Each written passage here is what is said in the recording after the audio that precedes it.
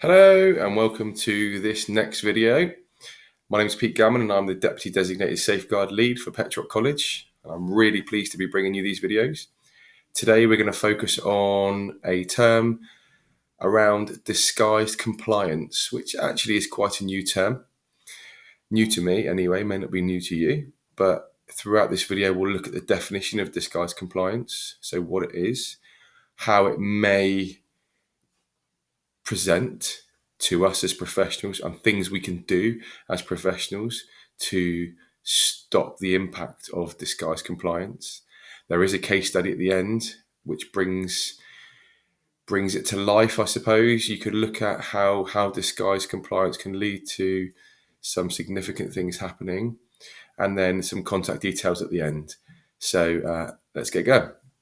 So disguised compliance, as it says on the screen right there, is a term used to describe when a parent or carer gives the appearance of cooperation with agencies to avoid raising suspicion, to allay professional concerns, and ultimately weaken professional intervention.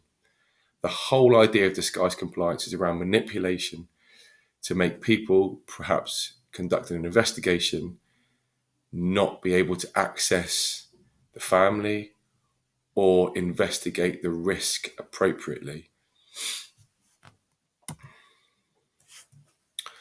Looking at when it occurs and what the impact is. So it occurs when a parent or carer wants to deflect attention away from allegations of harm. So if there is an allegation made by somebody, maybe a professional or by another person, the whole idea of disguised compliance is to deflect the attention of agencies away from the allegations and what's going on in that family. It can lead to significant things like professionals not understanding the severity of harm being experienced by children or young people in the family.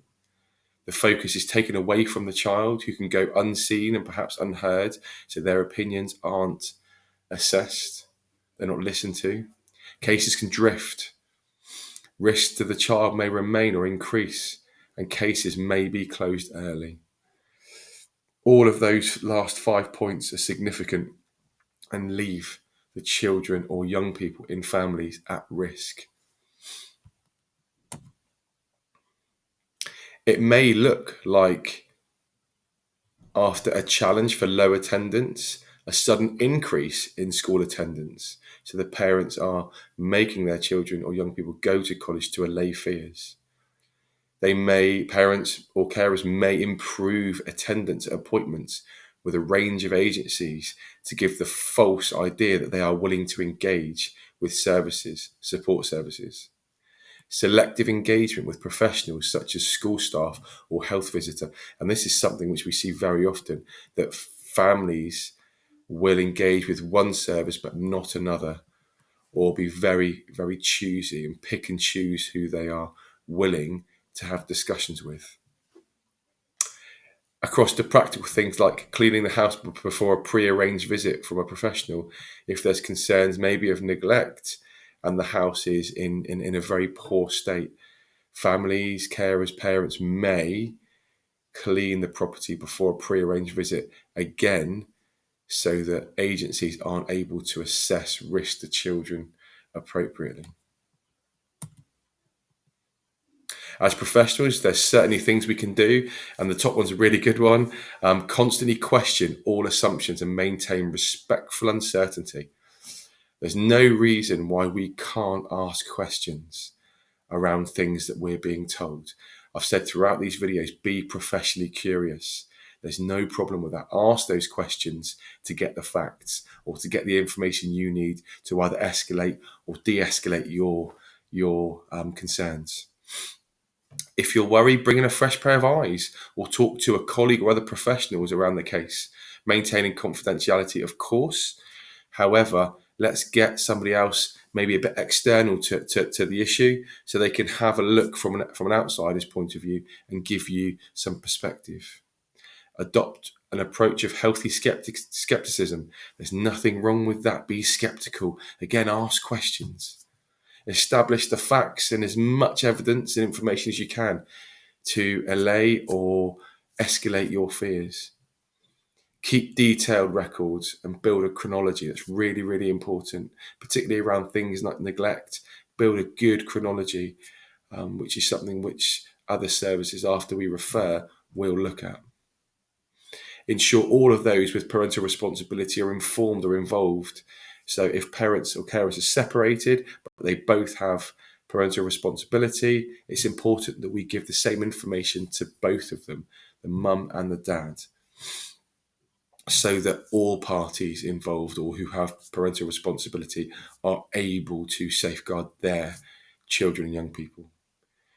Ensure there are clear plans with responsibilities and timescales. So what support plans are we putting in place to safeguard the people we're working with?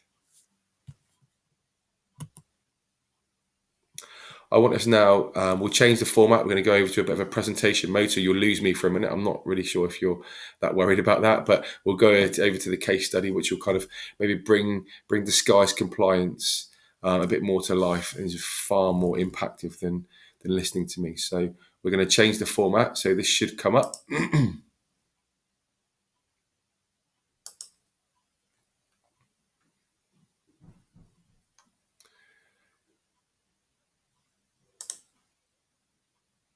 And what, apologies, I'll bring it back up.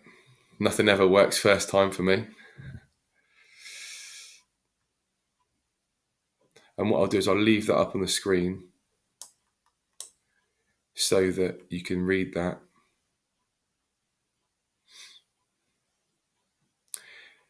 If you press stop at this point and pause the video, you'll be able to read that in a bit more detail. If you are worried that a child or young person is experiencing neglect, physical abuse, sexual abuse, emotional abuse, or any form of abuse, please contact the pptx Safeguarding Team or the MASH, the Multi-Agency Safeguarding Hub, on those contact numbers. Thank you ever so much for watching and listening. I hope you found this video useful. If there's anything more you would like to discuss around this topic or any other topics, please contact me within the pptx Safeguarding Team. I hope you have a great day.